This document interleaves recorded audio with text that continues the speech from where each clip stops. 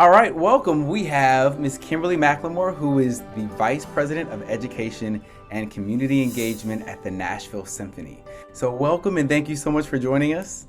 Thank you for having me. I'm excited to talk to you guys today. That's awesome. And guys, we're going to talk about a wealth of things that have to do with our Nashville Symphony that's housed right downtown Nashville, and we'll talk more about that as well too. But for those that aren't familiar with the Nashville Symphony and you have questions about what a symphony is, we're going to answer those questions today. So let's start off. Before we talk about what you do at the symphony, can you answer this question around what is a symphony? When I hear people ask the question, what is a symphony? I think two different things, a music ensemble or a piece of music. So let's talk about the first one first. Let's talk about that music ensemble. So when I say ensemble, it's a group of musicians playing together, sometimes singing together, but for a symphony orchestra, it's playing together. And you have musicians who play string instruments like violin, viola, cello, even double bass. You have instrumentalists who play brass instruments, so trombone and trumpet and even French horn. And you have woodwinds, who are the clarinets, bassoons, flutes, oboes of the world.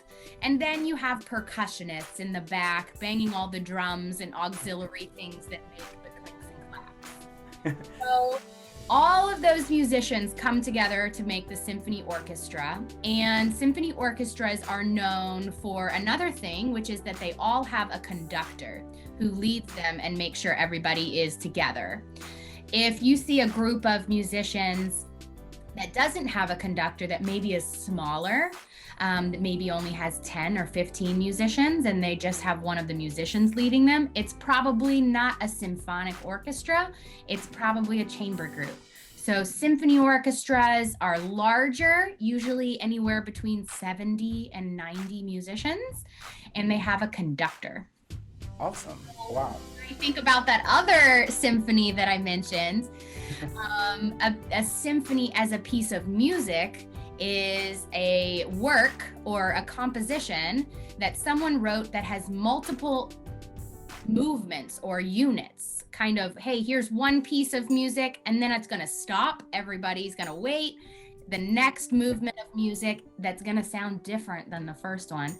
And usually there are anywhere between 2 and 5 movements in a symphony.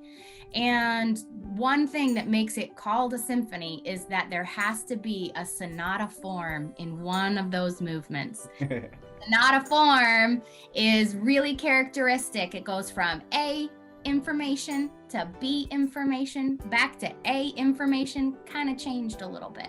So there is a piece of music called a symphony, and then there is a symphony orchestra. That is awesome. I can tell that you are the Vice President of Education at the Symphony. That was great, guys. I hope that was really informative. And we have listeners from elementary all the way through high school, and then we have families and educators. So I know a lot of you could relate to what Ms. McLemore just said, especially if you play one of these instruments. And I can say I play the clarinet myself, and I believe Ms. McLemore's play the clarinet as well. Yep. That's awesome. Okay, so let's move on to the next question. And right before I do that, I want to say I like the way that you talked about how there's two different, when we hear the word symphony, there is the symphony, we see performers on stage, we may think the Nashville Symphony, but then there's also pieces of music, works of music that are called the symphony, like Beethoven's Symphony, Ninth Symphony. So I'm so glad you clarified that. That was great. So let's talk a bit about what you do at the symphony. And I know I've said your title twice, but what does that entail? So my job at the symphony is to manage and make sure that all of the education and outreach programming happens. So I have a team of folks who all come together to plan programs and ensembles and curriculum to teach to students. And whether they're going out into the schools and teaching students, or we're inviting students to come to the Symphony Hall, we're in charge of making sure all that programming happens. And we invite over 10,000 students to our Symphony Hall every year for our young people's concerts. And it's from grades kindergarten all the way through 12th grade. So if you and your music teacher want to plan a trip to the symphony, let us know. We would love to have you. And if maybe your group can't come to the symphony, we could come to you. So we have things like guest speakers. Sometimes our conductors will make an appearance out into some schools. So if your teacher wants a conductor, let us know. And we have these ensembles, and these chamber ensembles, we talked about the smaller group of musicians without a conductor. Those chamber ensembles are usually 2 to 4 musicians, and they go out into the schools, play for students, but then they also work with students on playing their instruments. So we really want to create a variety of programming for students. That's awesome. And it made me, I went back to when I used to teach at Cole Elementary School, but I want to say it was the year of 2017, but I brought a brass ensemble from the Nashville Symphony in for my fourth graders. I think it was third and fourth grade. It's great to hear about the programming that's happening from the symphony with Metro schools as well. Great. So I have another question for you. So where does the Nashville Symphony perform? And this may seem like a simple question for some, but some people may not know this. And if I've never seen the symphony, what are different ways I could see the symphony? That's a great question. The Nashville Symphony plays at the Schermerhorn Symphony Center in downtown Nashville. And this is right across the street from the Country Music Hall of Fame. It's across a park from the Bridgestone Arena. It's even just 1 block down from Broadway's Honky Tonk. So it's right in the middle of all the things downtown. And what's awesome about our building is it's built to look very old, but it was actually finished in 2006. So it's not that old. But we can talk about the architecture another time. But what's really great about this is our building is a building inside of a building. And they did that because they wanted to be downtown and all the action, and they wanted to be around all the people, but they wanted it to be quiet inside. Wow. So our symphony performs on a stage in this building. That's the concert hall. And then they left an air gap. There's a space. And then they built another building outside of it, which is what you see when you are outside of our symphony hall, because they wanted it to look great from the outside, but sound awesome on the inside. So our symphony is really lucky that they had some good engineers planning the acoustics of the space. And if you haven't seen the concert hall, I bet we could find a photo. But it is actually shaped like a shoebox, and it's called a Baroque style concert hall. And that is because it is really easy to hear anything happening on the stage, no matter where you're sitting. So I could be on one corner of the concert hall and whisper something, and someone on the other end, if we're really quiet, could hear it, which is pretty amazing because it's a pretty big space. So that's where our symphony performs. And if you want to see the symphony perform, you should come to a concert. You could come to a young people's concert during the school day with your teacher and your class, or you could come in the evening with your parents to some of our classical concerts. And the great thing about the symphony is that we don't just play classical music. We also play jazz. We sometimes play with country artists, with pop artists. You might even hear an R&B artist here and there. And our symphony musicians play those concerts too. So if maybe you don't love classical music yet, that we can convince you before too long. But if you don't love it yet, try some other genre of music at the Symphony Center first. That is awesome. That actually echoes something that I really wanted to ask later on, but I want to go ahead and bring it up now. So what are some other events and programs at the Nashville Symphony aside from classical series concerts? You've mentioned a few, but that just made me want to ask this question. So outside of classical music, our musicians are also playing on our pop series, which you'll hear things like pop music, or some things from Broadway, or sometimes you'll hear a country artist on that series. You might even hear presentations, and presentation performances don't actually have all of our musicians playing sometimes. Sometimes that's just where you might hear someone touring and they stop to play at our concert hall because they love our space, which is really cool too, because you could hear some great artists. But I love the concerts where our musicians are playing. And I will tell you, if you do love classical music already, that you can come to those classical concerts, but you could also come to our chamber music series, which are those smaller ensembles I talked about. And sometimes they happen on different nights of the week. Sometimes they happen on the weekends and during the day. And that's where our musicians actually pick the music they will play. So usually we ask the musicians to play certain music, and Giancarlo asks the musicians to play certain music. But for those chamber concerts, the musicians pick. Wow, that's good to know. I didn't know that. Wow. Okay. Well, great. And you said something earlier around where the Skirmahorn or where the Nashville Symphony performs, where it's located. And for those that are watching, if you look under, you're on our website, but if you go under We Are Nashville, we can go down to Nashville Fun and Activities. There's a Nearpod lesson in there. It's student paced, but there's a VR experience, and it's going to drop you in Music City Garden, and you can go around and see the Skirmahorn Symphony Center. You can also see Music City Center.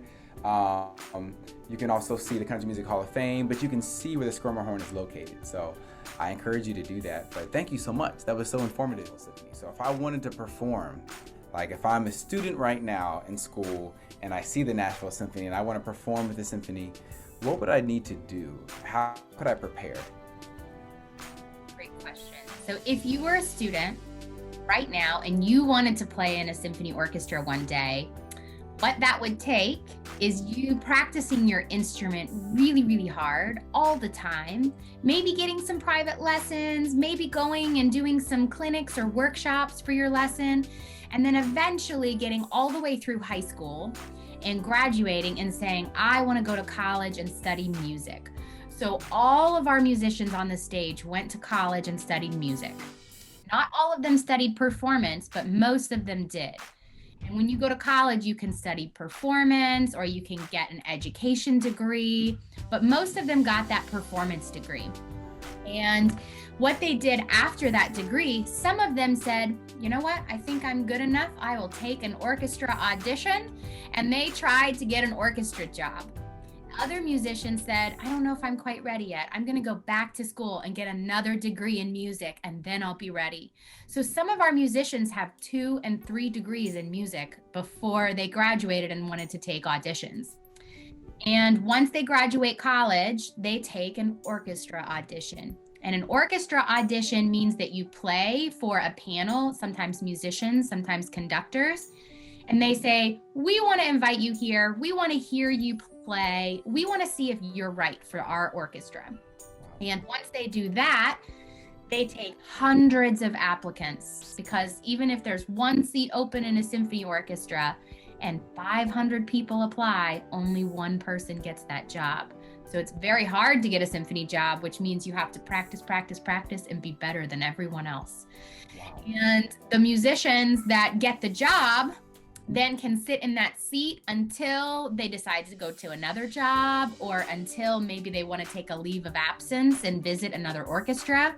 We actually had one musician who plays in Nashville, and he decided to take a leave of absence and go play for the Metropolitan Opera Orchestra for 2 years. I don't blame him. I'd want to play for that orchestra too. So he then came back and played with us. So sometimes our musicians will go away for a little while and play for somebody else, and then they'll come back.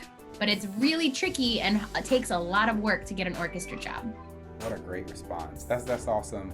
And for those that are listening and you play maybe in your middle school band, or you play in orchestra or band in high school as well, so you already have a great opportunity to experience what it's like to audition for an ensemble. So maybe at your school, but also there's mid-state and all-state auditions. So that gives you kind of a glimpse of what it's like when you're auditioning for an orchestra or auditioning for an ensemble. So yeah, thank you for that response.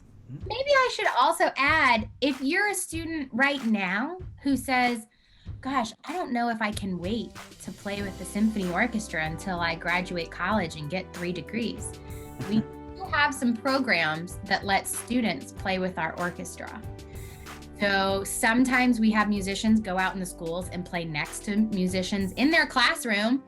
Wow. Other times we have a program with Blair, a partnership with Vanderbilt Blair School of Music, where one of their youth orchestras comes and sits side by side our musicians at the Skirmahorn. So you could audition for Vanderbilt's orchestra in high school and come play with us. Now, let's say you're one of those students who doesn't play an instrument and you sing, or you're in choir. Well, you could perform with the orchestra too. We have a celebration youth chorus that sings with our Let Freedom Sing concert every year. And if you're interested in being part of that choir, talk to your teacher, have them connect with Mr. Finney, because we could get you to sing in that choir with the Nashville Symphony any year. Yes, and it made me smile because I believe it was 2015 I sung in the adult celebration chorus. And so that was a lot of fun. So yeah, you get a chance to sing and perform with the Nashville Symphony on stage or on the platform. So what a great experience. Please connect with me. And if you're not sure how to contact me, you can always talk to your music teacher who can reach out to me. But we'd love to direct you in that. That would be great. Thank you so much for that. So here's another great question. It's just around other jobs, and I'll go ahead and ask it. So is everyone at this Nashville Symphony performing on stage? Is that the only job, or are there other important jobs and careers at the symphony? When we think about a symphony orchestra, we think about the musicians on the stage with the conductor and all the wonderful music they play, and they really are the center of our organization. But they are not the only job at the Nashville Symphony. And this is the case for a lot of symphony orchestras because musicians can't do it all themselves. There are people behind the scenes that help plan the concerts. There are people who help raise money so that they can pay the musicians. There are people who sell tickets and do marketing and business side of the symphony. And there are even people who run education programming for the symphony. So I would be one of the non-musical jobs at the symphony, and it takes a whole staff of people. Even when you think about when you go to the symphony, who scans your ticket? An usher, and then they show you where your seat is. It takes people to get you into the concert hall just to see the musicians play. So there are a lot of people behind the scenes that make the musicians run smoothly for every concert. You know what? That's really encouraging.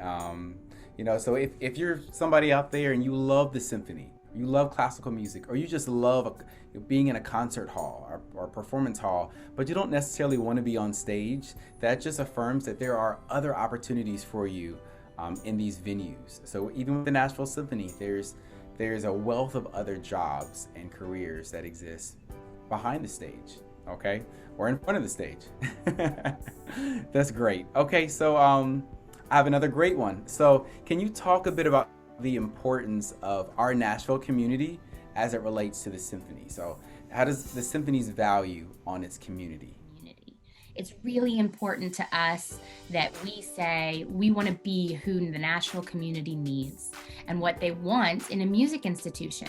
We want to be Nashville's house of music. And that means for us lately, it means that we are building and planning programming that gets us out into neighborhoods, out into schools. It lets us talk to maybe people we weren't talking to before. I think that the Nashville Symphony really wants to be all things music to Nashville and to Music City. So we really want to be a good partner to organizations. We want to be accessible to students to come see us whenever they want. And we want you to bring your parents. And then when you can't come to the Symphony Hall, we want to make sure that there's opportunities for you to see us in your neighborhood, maybe through a community concert out in a park during the summer. Maybe that looks like those ensemble visits to a school. But maybe it just looks like one of our education staff coming to talk to you guys sometime. So we really want to engage with you. We want to talk with you. We want to learn who you are and what kind of music you want us to play, because we want our stage to reflect Nashville, and we want our musicians, our staff, our programming to be what Nashville really needs to see and wants to see. Wow, what a good response. And I think the Nashville Symphony, you all do a wonderful job at showing how much you value the community that you're in. And for guys, I don't know if you know this or not, you should know this, but recently the Nashville Symphony collaborated with We Are Nashville, or myself as the writer of the song We Are Nashville.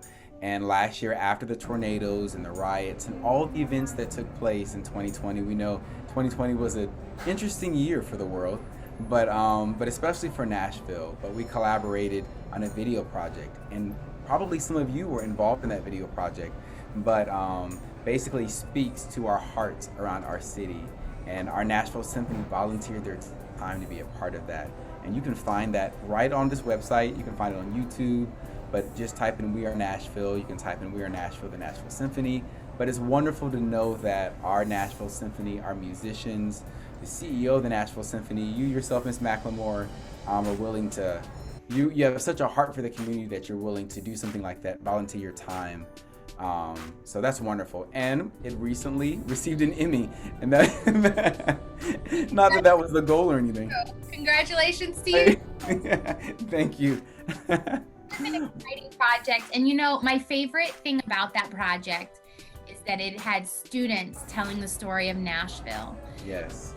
Students were emboldened to say, this is who we are, and this is the city we want to be, and this is us coming together to heal after a tornado, to heal throughout protesting, to heal throughout a pandemic, and say, we are going to stand together, and we are going to do this. We are Nashville. I love the message of the piece of music, so bravo to Mr. Finney for his piece. But I loved being a part of this project because it really was what our city needed at the time. And it really was a lot of fun to put together.